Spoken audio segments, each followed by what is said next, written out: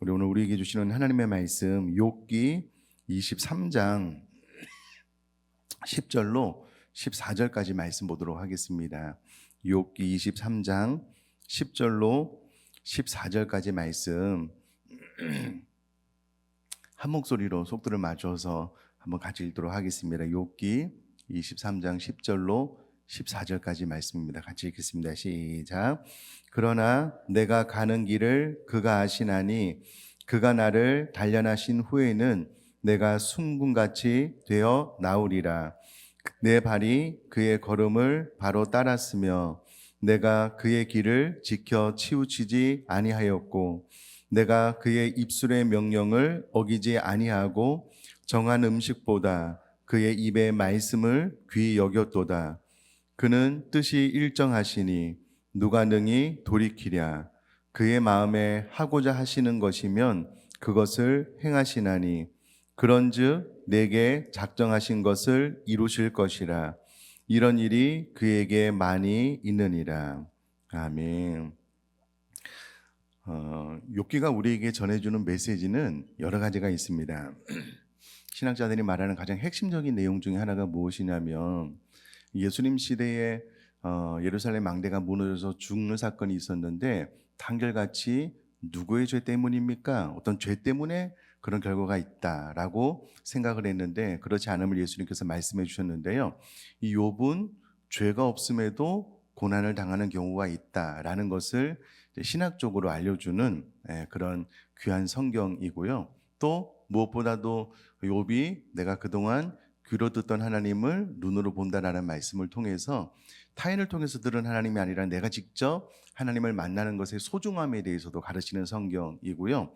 오늘 메시지도 전체 흐름 가운데 아주 중요한 한 부분을 차지하고 있는 내용입니다. 그런데 이 새벽에 이게 맑은 정신으로 듣지 않으면 시험 들기 딱 좋습니다. 정말 시험 들기 딱 좋고요. 심지어는 이 말씀이 깨달아져도 거부하고 싶어요. 이게 참 어려운 내용입니다. 그래서 이제 기도하면서 맑은 정신으로 잘 들어주시면 좋겠는데요. 여러분 욥기 1장 1절에는 이렇게 기록이 되어져 있습니다. 우수 땅의 욥이라 불리는 사람이 있었는데 그 사람은 온전하고 정직하여 하나님을 경외하며 악에서 떠난 자더라. 우리 모두가 알고 있는 것처럼 사탄이 하나님 앞에 나와서 시비 아닌 시비를 걸지요. 천상회의 때 사탄이 참석을 하는데요. 하나님께서 먼저 욥을 자랑하십니다. 내가 1장 8절에 보면은요. 내가 내 종 욥을 주의하여 보았느냐? 그와 같이 온전하고 정직하여 하나님을 경외하며 악에서 떠난 자는 세상에 없다라고 자랑을 합니다. 사탄이 하나님께서 축복해 주시지 않는데 그냥 섬기는 사람이 어디 있겠습니까? 그거는 말도 안 됩니다. 라고 이야기를 하자 하나님께서 좋다 그러면 너에게 모든 권세를 줄 텐데 네가 마음대로 한번 해봐라. 단 그의 몸에는 손을 대면 안 된다 라고 하나님께서 허락하시자 그 범위 안에서 사탄이 하루아침에 욥의 10자녀 그의 모든 재산을 빼앗아가 버리게 됩니다. 이때의 욥의 반응은 이것이었습니다. 욥기 1장 21절 22절 말씀 한번 다 같이 읽겠습니다. 시작. 이르되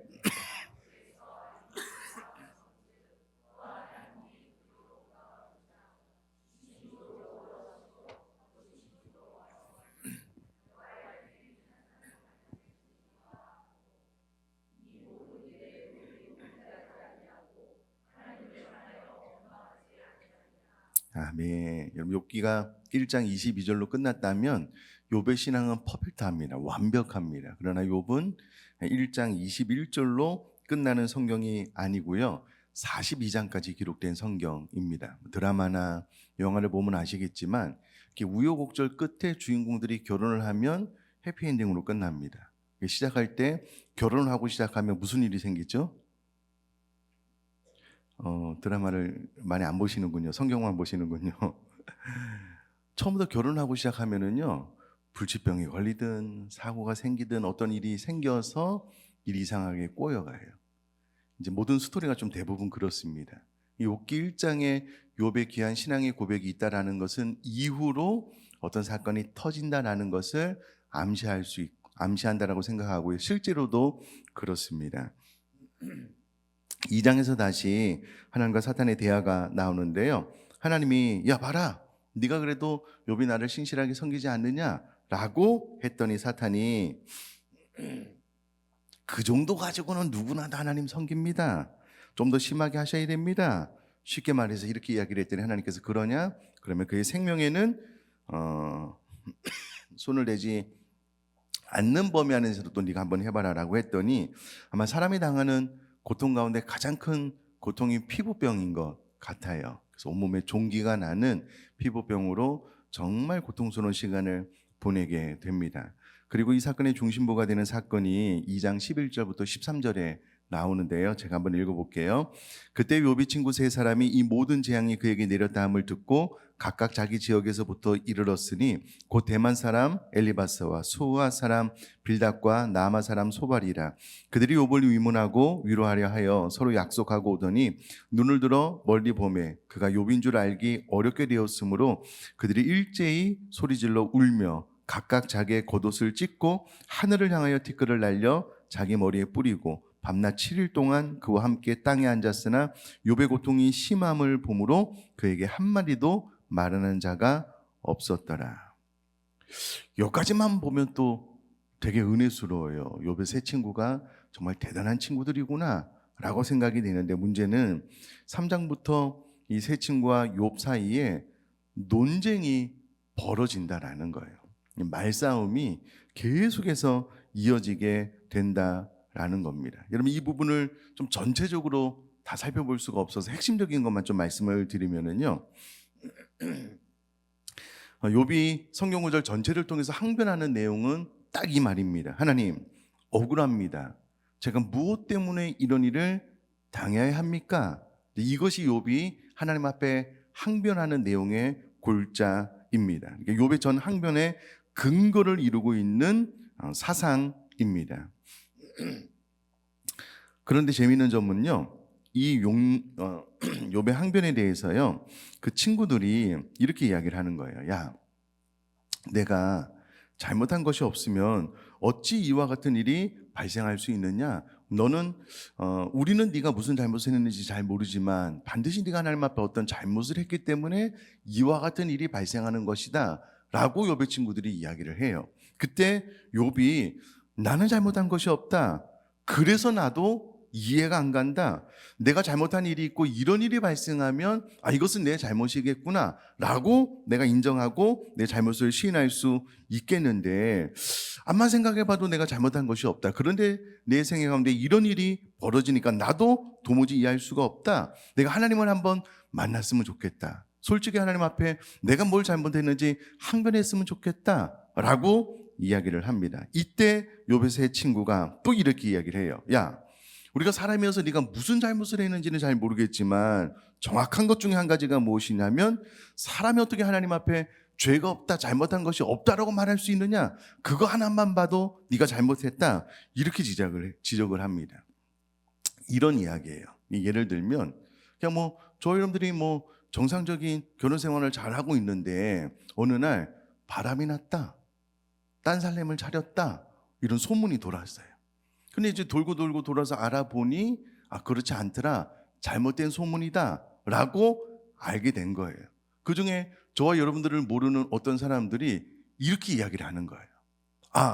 내가 잘못 알았구나, 역시 그 사람은 그렇게 잘못된 일을 할 사람이 아니지, 이렇게 결론이 나면 좋은데요, 그 사람이 이렇게 이야기를 하는 거예요. 야, 아니 땡 굴뚝에서 연기 나겠어? 뭔가 있으니까 그런 소문이 나는 것 아니야? 이렇게 흘러간다라고 한번 생각을 해봐요. 그래서 이제 당사자가 저와 여러분들이라면 이게 미치고 환장할 일이잖아요. 그래서 그 사람을 찾아가서 소리를 뻐럭 지르면서 아니 진실을 알게 됐는데 어떻게 그럴 수 있느냐라고 이야기를 했어요. 근데 옆에 있는 사람이 그 모습을 보고 내가 이 정황에 대해서는 잘 모르겠는데 저 사람이 버럭 화를 내는 것을 봐서는 저 사람이 좀 이상한 사람이다, 결론이 이렇게 가는 거예요. 아무 감흥이 없네요. 네. 그럼 일이 이렇게 꼬여가면은요, 이게 좀 이상한 거잖아요. 욥이 지금 이런 상황을 맞닥뜨리고 있는 거예요. 나는 도대체 뭘 잘못하는지 내가 좀 하나님 앞에 묻고 싶다 근데 이제 욥의 친구들이 야, 다 네가 뭔가 잘못해서 그런 건 아니냐? 어떻게 사람이 완벽할 수 있느냐? 그러면 하나님께서 선하지 않다라고 하는 것이냐? 다 이런 식으로 이제 욥의 친구들이 항변을 하거든요. 자, 그런데 우리가 지금까지 신앙생활을 하면서 우리가 이제 이와 같이 고난을 당하면은요, 이제 주류를 이루는 생각 중에 하나가 뭐냐면 욥의 세 친구들처럼 내가 하나님 앞에 뭔가 잘못한 것이 있어서 나에게 이런 일이 생기는 것 아닌가라고 생각하는 것이 이제 주류적인 생각입니다. 그래서 우리 하나님 앞에 어떤 징계나 어려움을 당하면 늘 하나님 회개합니다. 뭔가 내가 좀 잘못한 것 같은데 잘못한 것을 알려주십시오 라고 기도하는 것이 우리들의 보편적인 패턴인데요. 그렇지 않은 경우도 있다라는 거예요. 물론 탕자 같은 경우에는 이제 그런 경우인데요. 예를 들면 사도 바울 같은 경우에는요, 사도행전을 읽어보면 사도 바울이 그의 마지막 무렵이 되어서 로마로 복음을 전하기 위하여 가게 되는데요, 하나님은 그 길을 붙잡혀 가는 길로 이끄실 것이다 라고 이제 알려주셔요. 그래서 예루살렘으로 올라가는데요, 모든 사람이 사도 바울을 가로막습니다. 그냥 가로막는 것이 아니고요, 사도 바울을 정말 사랑해서 기도했던 사람들, 특별히 성령의 감동을 받아서 기도했던 사람들이 사도 바울이 예루살렘으로 가면 다 붙잡히게 될 것이다 라는 것을 성령의 감동으로 알게 되고 사도 바울에게 올라가지 마십시오 라고 이야기를 해요. 그때 사도 바울이 나는 이 복음을 증거함에 있어서 나의 생명을 조금도 아끼지 않겠다라고 이야기를 하고 그는 예루살렘 올라가서 잡혀서 로마로 가게 됩니다. 그러니 여러분, 사도 바울이 잡혀서 로마로 압송되어 가는 방법이 사도 바울이 어떤 죄를 지어서가 아니고 하나님께서 그 인생을 이렇게 이끌어 가시는 여정의 섭리 가운데 있으니 사도 바울 입장에서는요, 이것은 뛰어넘어야 되는 싸움이지 사도 바울이 잘못해서 죄를 지어서 이와 같은 일이 발생한 것이 아니다라는 것을 알 수 있다라는 겁니다. 사실 욥도 그렇습니다. 욥의 친구들은 다 내가 잘못한 일이 없고서야 왜 하나님이 너를 치겠느냐라고 이야기를 하지만 욥은 나도 그래서 이상하다, 내가 오히려 틀렸으면 좋겠다, 그러나 나는 그런 적이 없는데 왜 이런 일을 당하는지 내가 이해가 안 된다, 하나님께서는 좀 나를 만나주셔서 나에게 좀 설명 납득해 주셨으면 좋겠다 라고 계속해서 이런 식으로 이야기를 항변을 서로 하고 있습니다. 이 부분에 대해서 하나님께서 욥이 정당했고 친구들이 틀렸다라고 명확하게 이야기를 해주십니다. 자, 42장 7절을 제가 한번 읽어보면요, 여호와께서 욥에게 이 말씀을 하신 후에 여호와께서 대만 사람 엘리바스에게 이르시되 내가 너와 내 두 친구에게 노하나니 이는 너희가 나를 가르쳐 말한 것이 내 종 욥의 말같이 옳지 못함이니라. 하나님의 판단은 욥이 정당했다는 거예요. 너희들이 그 생각이 틀렸다라고 이야기를 합니다. 근데 문제는 그렇다라고 해서 욥이 칭찬을 받았는가? 그렇지도 않다는 거예요. 38장을 보면은요, 하나님이 욥의 항변에 대해서 하나님, 도대체 내 인생에 왜 이런 일이 일어납니까? 네, 하나님 만나서 좀 묻고 싶습니다 라고 했을 때에 하나님의 대답이 나오는데요, 욥기 38장 1절에서 3절까지 제가 한번 읽어볼게요. 그때에 여호와께서 폭풍우 가운데에서 욥에게 말씀하여 이르시되 무지한 말로 생각을 어둡게 하는 자가 누구냐? 너는 대장부처럼 허리를 묶고 내가 네게 묻는 것을 대답할지니라. 아니, 하나님께서 욥의 세 친구들에게 야, 욥이 정당했다라고 이야기를 하고 난 다음에 욥을 불러 세워가지고요, 야, 너 대장부처럼 허리를 묶고 내게 나와봐라. 내가 너에게 좀 물을 텐데 네가 대답할 수 있으면 한번 대답해봐라 라고 하고 난 다음에요, 어떻게 하나님께서 말씀하시냐면 4절에 내가 땅에 기초를 놓을 때에 내가 어디 있었느냐? 내가 깨달아 알았거든 말할지어다. 하나님께서 창조할 때 욥이 어디 있었을까요? 있지도 않았죠. 못 봤죠. 알 수가 없죠. 그 현장에 없었으니까. 5절 누가 그것의 도량법을 정하였는지 누가 그 줄을 그것의 위에 띄었는지 내가 아느냐? 그러면 이 이야기가 38장에서 시작해서요 41장까지 하나님의 답변은 전부 이런 이야기입니다. 그러니까 욥이 내가 뭘 잘못했는지 하나님 좀 알려주십시오라는 부분에 대해서는 하나님께서 한마디도 말씀하지 않고요. 오히려 내가 너한테 질문을 해볼 테니까 네가 한번 대답을 해봐라. 온통 욥이 대답할 수 없는 일들만 하나님께서 막 쏟아붓듯 질문하니까는요. 욥이 소위 말해서 깽깽깽 아무 대답도 못하는 거예요. 아는 것이 없거든요. 대답할 수 있는 내용도 아니었거든요. 이렇게 욥기가 진행이 됩니다. 자, 그러면 하나님께서 욥에게 왜 이렇게 하시는가라는 거예요. 왜 욥의 10자녀, 모든 재산, 그리고 그 몸에 피부병이 발생케 하고 욥의 세 친구를 통하여 그의 마음을 들들들들 볶아가면서 결국 하나님께서 욥에게 원하시는 것이 무엇인가라는 부분인데 이런 내용입니다. 그럼 초등학교 2학년 이제 우리들의 자녀 가운데 초등학교 2학년 최근에 6살짜리라고 해요. 요즘은 6살만 돼도 총명한 것 같아요. 한 4살로 좀 낮춰볼게요. 우리 자녀 가운데 6살짜리 자녀와 아들이랑 4살짜리 아들이 있다라고 한번 생각을 해봐요. 부모님이 똑같이 먹을 거, 똑같이 장난감, 똑같이 무엇인가를 줬어요. 근데 어린 나이니까 신기하게 부모님이 정당하게 나눠서 공평하게 줬음에도 불구하고 서로의 것이 더 좋아 보이는 거예요. 그러면 정당한 선에서는 서로의 원하는 것을 얻기 위해서 각자 가지고 있는 것을 내놓아서 바꾸는 거예요. 그래서 그렇게 시작해서 바꿨는데 4살짜리 동생이 바꾼 것도 내 것이고 내가 먼저 준 것도 내 것이다. 이렇게 돼서 싸움이 벌어진 거예요. 둘이 난리가 났어요. 그래서 부모님이 왔어요. 이야기를 가만히 들어본 즉 처자 그래도 초등학교 2학년이니까 논리적으로 잘 설명을 해요. 아빠, 엄마가 우리에게 똑같이 먹을 것을 줬는데 내 동생이 바꿔 먹자고 하더라. 그래서 내가 바꿔 먹었어. 근데 내 것을 빼앗아 가서 그것도 자기 거래. 이거는 논리적이지 않잖아. 이것은 합리적이지 않잖아. 아빠가 바른 판결을 내려줘. 이렇게 된 거예요. 근데 이제 둘째에게 물어보니 둘째는 너무 자신의 생각이 뚜렷해요. 이것도 내 거고 이것도 내 거다. 정당함이 뭔지 몰라요. 자, 그러면 여러분들이 부모라면 이 부분을 어떻게 설득을 시킬 수 있을까요? 자, 일단 맞자. 이런 걸까요? 네. 어떻게 설득을 시킬 수 있을까요?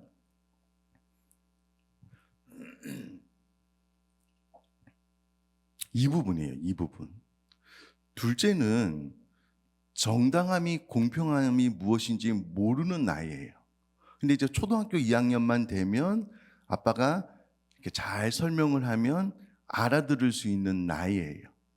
그래서 대부분 결론이 이렇게 납니다. 첫째에게 아들아, 둘째가 너무 어리잖아. 그래서 네가 한 말이 맞는데 이 둘째는 공평함이 뭔지 몰라. 정당함이 뭔지 몰라. 그 두 개 다 자기 거라고 우기는데 아빠가 암만 말을 해도 4살짜리니까 설명이 안 돼. 근데 너는 초등학교 2학년이니까 다 컸잖아. 아빠가 이야기를 하면 다 알아듣잖아. 까짓 거 줘버리자. 아빠가 나중에 더 좋은 거 줄게. 이렇게 하면은요, 초등학교 2학년만 돼도 설득이 돼요. 그 뒤에 아빠가 더 좋은 거 줄게 라는 말을 들으면은요, 이 상황이 이해가 되고 정리가 돼요. 여러분, 욥기가 말하는 여러 가지 주제 가운데 하나가 무엇이냐면 우리 믿는 사람들이 이 땅을 살아갈 때요,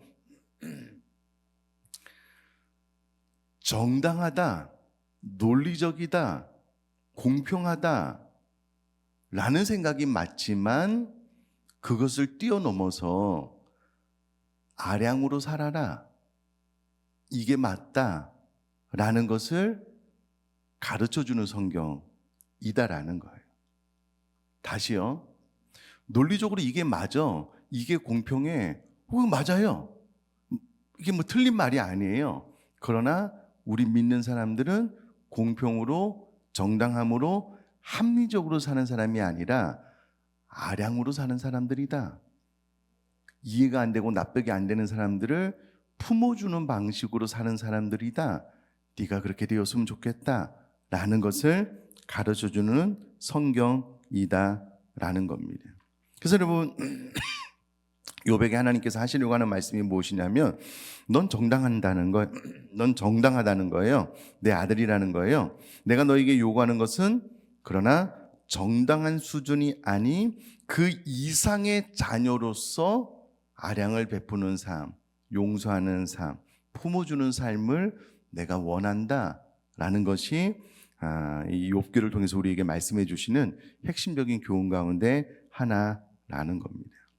그럼 지금까지 욥의 항변을 다 종합해 보면은요, 나는 정당하다는 거예요. 나는 잘못한 것이 없다는 거예요. 나는 이해가 안 되는 상황이 지금 내 삶 가운데 펼쳐졌다라는 겁니다.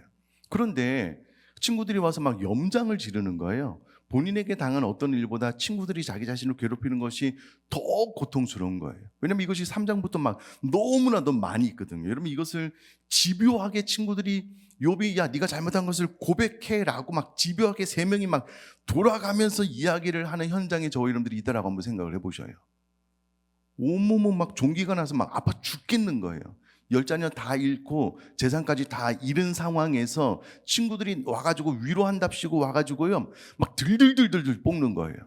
너 하나님 앞에 잘못한 것이 있어 이런 건 아니냐. 우리는 모르지만 뭔가 너 하나님 앞에 잘못한 것이 있다. 빨리 회개해라, 돌이켜라. 네가 완전하냐. 막 들들들들들들들들 볶는 거예요.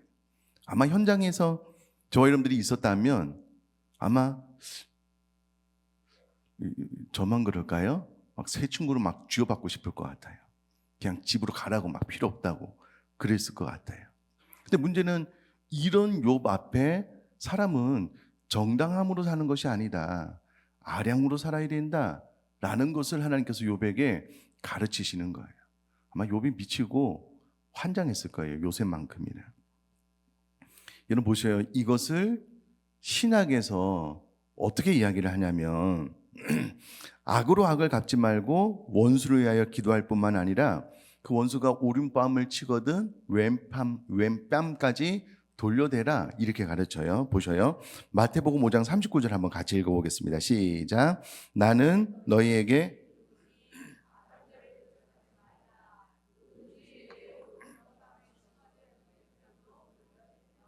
자, 로마서 12장 17절 말씀 읽겠습니다. 시작.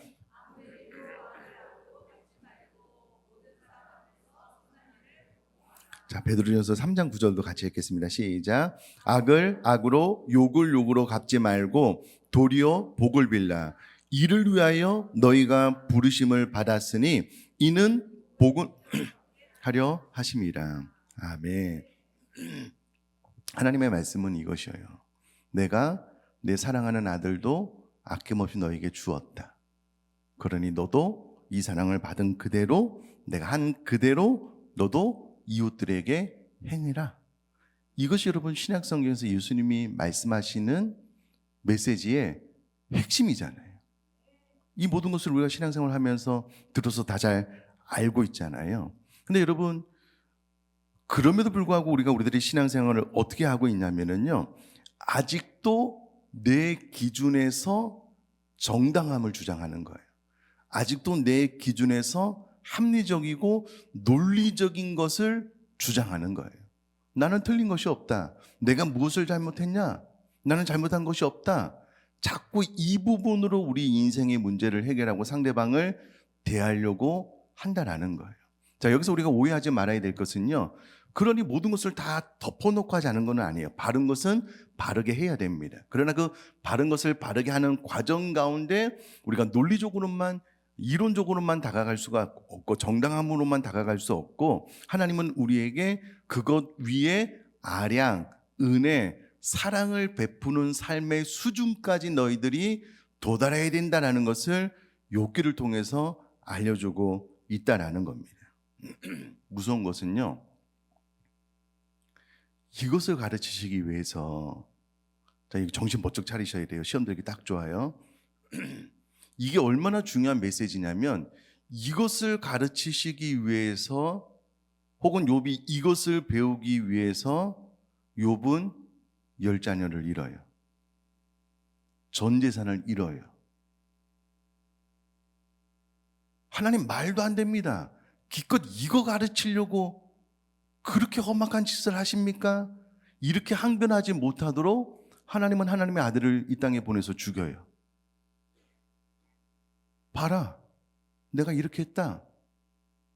왠지 아니? 너도 나와 같은 삶을 살게 하려고 하는 거야. 이게 하나님의 강력한 메시지예요. 그럼에도 불구하고 이곳 가운데 누구라도 하나님, 나 진짜 새벽 기도회 때 은혜 받으려고 참석했다가 나 시험 제대로 들었습니다. 하나님 한 번 좀 나를 만나 주십시오. 이거는 너무한 것 아닙니까? 하나님께서 이렇게 말씀하실 거예요. 대장부처럼 허리를 동이고 나에게 좀 나와봐. 내가 이 세상에 기초를 놓을 때 너 어디 있었어? 하나님께서 그렇게 말씀하신다니까는요. 대답할 게 없어요.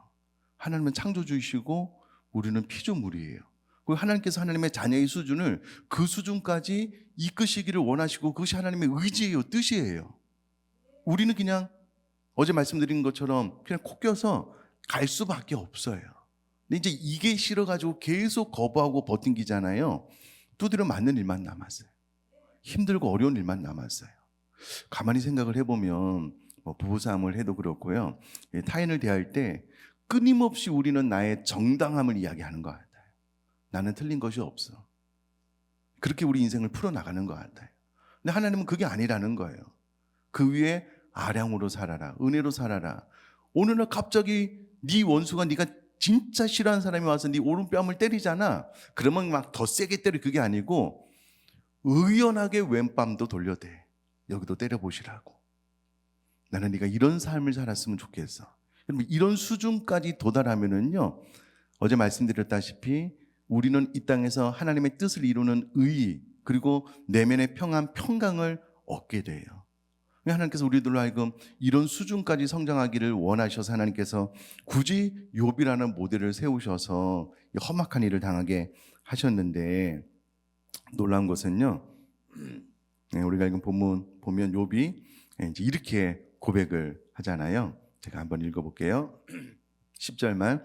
그러나 내가 가는 길을 그가 아시나니 그가 나를 단련하신 후에는 내가 순금같이 되어 나오리라. 어떻게 보면 예언적으로 욥이 이런 고백을 해요. 진짜 욥이 한 말 그대로 욥은 이 모든 과정을 다 거치고 난 다음에 순금처럼 나왔습니다. 그래서 하나님께서 욥에게 욥의 세 친구를 용서하라라고 했을 때 네, 그렇게 하겠습니다. 왜 하나님 말씀에 순종해서 용서해요. 아마 평생 살면서 잊지 못할 험악한 말을 욥이 다 들었을 것 같아요. 네가 잘못했기 때문에 안 그래도 막 힘들어 죽겠는데 막 위로한다고 찾아와가지고 막 너무 못 살게 굴었거든요. 하나님께서 용서해라 그러니까 네, 용서하잖아요. 이미 그 수준으로 욥은 이 고난을 통해서 성장한 거예요. 성장한 거예요. 그러면 이 메시지를 다 이해하고 난 다음에요, 현장에 돌아가서 뭐 부부싸움을 하든 누구 어떤 의견 대립이 있든 자꾸 우리 마음속에 올라오는 것이 무엇이냐면 정당함일 거예요. 나는 잘못한 것이 없는데, 나는 논리적으로 했는데, 나는 합리적으로 했는데 왜 그러냐? 그때 하나님께서 우리에게 요구하시는 것이 무엇이라고요? 아량의 수준인 거예요. 은혜를 베풀고 사랑으로 그 모든 것들을 바로 잡아가는 것. 막 나를 들이받았으니까 나도 들이받겠다. 내가 제대로 한번 때려볼게. 이런 마음은 1도 없고 진짜 사랑하는 마음으로 이를 바로 세워나가는 과정에서 아량으로, 은혜로 이 모든 삶을 살아나가는 것. 이것이 하나님이 욥에게, 우리에게 요구하시는 하나님의 자녀로서의 수준이다 라는 것을 기억하고, 정말 이 말씀대로 하나님, 내가 이 수준으로 성장하는 하나님의 자녀가 되기를 원합니다. 그런 인생을 살아나갈 수 있는 저와 여러분 될 수 있기를 주님의 이름으로 축복합니다.